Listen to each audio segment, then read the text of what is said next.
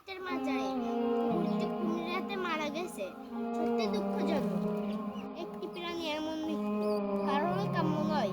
কিন্তু দুঃখের বিষয় হলো যে এই বিষয়টি নিয়ে অতিরঞ্জিত যাচাই তথ্য ছড়িয়ে দিচ্ছে। কেউ বলছে গলায় দড়ি বেঁধে কুমিরের সামনে ফেলানো হয়েছে, আবার কেউ বলছে পায়ে দড়ি বেঁধে কুমিরের সামনে ফেলানো হয়েছে। অথচ ভিডিওতে তেমন কিছুই দেখা যায়নি। ভিউ পাওয়ার জন্য মিথ্যা প্রচার করা কখনোই ঠিক নয়। অনেকে দারোয়ানকে দোষ দিচ্ছে, কুকুরকে বাঁচালো না। কিন্তু একটু ভাবুন, কুমিরটি ছিল হিংস্র, কুমিরটিও হিংস্র। আশেপাশে এত মানুষ থাকা সত্ত্বেও কেউ এগিয়ে আসেননি। সবারই ভয় ছিল যদি কেউ এক পা এগিয়ে আসতে তাহলে দাঁড়ানো হয়তো 10 পা এগিয়ে আসতে। তা একজন মানুষের পক্ষে এমন পরিস্থিতি কিছু করা কতটা কঠিন সেটা আমাদের ভাবা উচিত।